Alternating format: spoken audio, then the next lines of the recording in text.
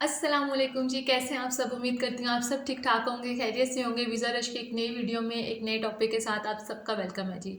अच्छा जी, आज की वीडियो में मैं आपको बताऊंगी कि कुछ टिप्स हैं जी आइल्स स्पीकिंग सेक्शन के हवाले से, जिनको आप यूज़ करते हुए अपना स्कोर जो अपना बैंड है वो इंक्रीज़ कर सकते हैं, और कुछ ऐसी चीज़ें जिनसे अवॉइड करके आप अपना जो बैंड कम होने से बचा सकते हैं। तो सबसे पहली चीज़ जो आपने अवॉइड करनी है वो ये है कि आपने ट्राई करना है कि जो आपका आइल्स टेस्ट बुकिंग हो रही है वो वीडियो बेस्ड हो।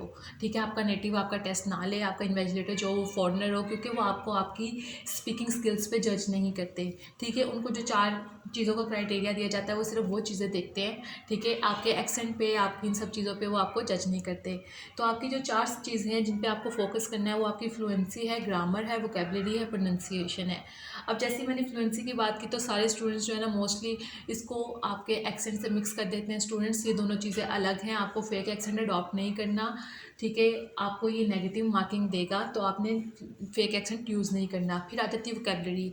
आपने ट्राई करना है कि आप अच्छे अच्छे वर्ड्स यूज़ करें जो सुनने में भी कानों को अच्छे लगें, और बार बार आपने एक ही वर्ड यूज़ नहीं करना। मतलब अगर मैं एक दफ़ा यूज़ कर लिया जॉय, तो मैं नेक्स्ट डे वो यूज़ नहीं करूँगी, मैं ट्राई करूँगी उसकी जगह हैप्पीनेस यूज़ करूँ। ठीक है, अगर फिर हैप्पीनेस यूज़ कर लिया तो मैं ट्राई करूँगी कोई और वर्ड यूज़ करूँ। तो इस तरीके से आपने क्या करना है कि सिनोनिम्स कुछ याद कर लेने हैं, कुछ चीज़ों के एंटोनिम्स याद कर लेने हैं, ताकि आप उन चीज़ों को उस तरीके से यूज़ कर सकें, आप डिफरेंट यूनिक वोकेबलरी यूज़ कर सकें। ठीक है, अब मैं एग्जांपल के तौर पे आपको बताती हूँ कि जैसे नॉर्मल लाइफ में हम लोग सारे बोलते हैं इट्स अ हार्ड जॉब। ठीक है, तो आपने इसको आइल्स की ज़ुबान में कह लें कि मैं बोलूँगी इट्स अ डॉन्टिंग टास्क। अब बात वही है, लेकिन ऐसे सुनने में लगेगा जैसे पता नहीं कोई बहुत बड़ी चीज़, बहुत ही अच्छी चीज़ बोली आपने। तो ठीक है, इससे क्या हुआ है कि सेंटेंस की जो वैल्यू बढ़ गई है। ठीक है, इसी तरीके से मैं बोलती हूँ आई एम सो लकी। ठीक है, तो उसकी जगह मैं आपको ऐसे बोल सकती हूँ आई एम सो जैमी।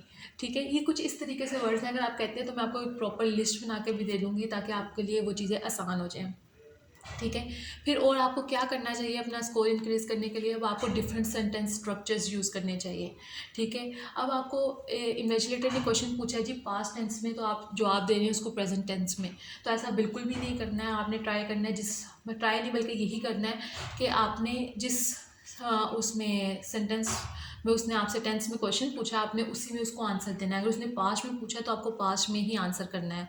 ठीक है, इसके लिए मैं आपको एक ऐप दे देती हूँ जिसको मैंने खुद पर्सनली यूज़ किया, एक बहुत ही अच्छी ऐप है ये बेबी कोड।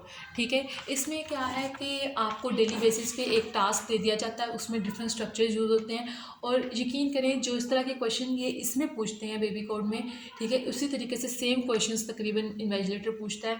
ठीक है, कि how often you did this, या कुछ भी आपने, जैसे मेरा जो टेस्ट हुआ था उसमें ये था कि भाई आपने ज्वेलरी यूज़ करते हैं कि नहीं करते, आपने कभी किसी से बोरो की है कि नहीं, आपको पसंद है कि नहीं। ठीक है, पहला क्वेश्चन जो होता है ना वो मोस्टली आपके बारे में होता है, ताकि वो आपको ना काम डाउन कर रहा होता है कि अच्छा चलो ठीक है, रिलैक्स हो जाएगा, अच्छा करते क्या है, क्या नाम है, मोस्टली ये पूछा जाता है। ठीक है, उसके बाद जो है ना आपसे इस तरीके से एक क्वेश्चन पूछा जाता है, फिर उसके बाद उसमें से क्वेश्चन निकालते जाते हैं। अब आपने क्या करना है, आपने ट्राई करना है जो अपना सेंटेंस है वो छोटा रखें, शॉर्ट रखें और क्लियर रखें, और बिल्कुल भी ओवर कॉन्फिडेंट होकर इधर उधर घुमाने की ज़रूरत नहीं, क्योंकि अगर जैसे ही आपने कोई ऐसा वर्ड यूज़ किया तो इन्वेजिलेटर जो है वो आपको उसमें से क्वेश्चन निकाल लेगा। ठीक है, अगर आपका आंसर बहुत ही शॉर्ट होगा तो इन्वेजिलेटर खुद आपसे पूछ लेगा कि वाई दिस, या हाउ, या फिल मी इन, या गिव मी सम एक्सप्लेनेशन, इस तरीके से। ठीक है, तो आपने खुद से नहीं करना। अगर आप ज़्यादा बोलेंगे तो आपको एक दफ़ा थैंक यू बोल के चुप करवा देगा, जो कि एक नेगेटिव इम्पैक्ट है। ठीक है, और try to give an example. ठीक है, जब भी आप बात कर रहे होते हैं, सेंटेंस बोल रहे होते हैं कुछ भी, तो आपने ट्राई करना है कि जैसे मैं कहती हूँ कि मैं, अब वो कहता है आपको ज्वेलरी पसंद है कि नहीं, मैं कहती हूँ हाँ मुझे ज्वेलरी पसंद है। ठीक है, जैसे मैं छोटी थी तो मेरी अम्मा मेरे लिए बहुत सारी ज्वेलरी लेके आई थी, या बहुत सारे ऑर्नामेंट्स थे जो इस तरीके से हमने यूज़ किए थे, बहुत सारे पीसेस थे, डायमंड पीसेस थे, गोल्ड पीसेस, कुछ इस तरीके से आपने ना, ताकि उसको इन्हेंस करके बोलना है, कुछ न्यू वर्ड्स यूज़ करने हैं। ठीक है, एग्जाम्पल्स देनी है साथ। ठीक है, इसके अलावा जब मैंने लिया था टेस्ट तो मैंने तकरीबन 15 दिन का गैप लेकर मतलब टेस्ट दिया था स्पीकिंग का।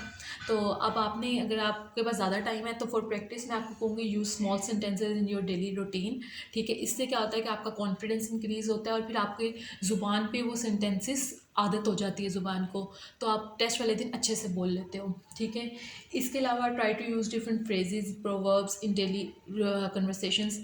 ट्राई करें कि इडियम्स बोलें डिफरेंट, ठीक है। जैसे आजकल आपको पता है कि बहुत सारे इडियम्स चल रहे होते हैं, तो आप ट्राई करें कि कोई भी बात कर रहे हैं तो आप उसमें इडियम्स बोलें, ठीक है। इस ऐप को यूज़ करें, ठीक है। Try to learn new words daily, ठीक है। न्यूज़पेपर पढ़ें, कुछ भी पढ़ें, कुछ न्यू वर्ड्स मतलब सीखें और फिर उसको ऐसा करें दिन में 5 से 10 दफ़ा कोशिश करें कि कहाँ कहाँ वो यूज़ हो सकता है उसको बोलें, ताकि आपको एक आदत हो जाए, ठीक है। इसके अलावा आपने क्या करना है, और स्पीकिंग में सबसे जो मेन और की फैक्टर है, आपने अपना कॉन्फिडेंस रखना है, ठीक है। आपने बिल्कुल भी नर्वस नहीं होना, पैनिक नहीं करना, ठीक है।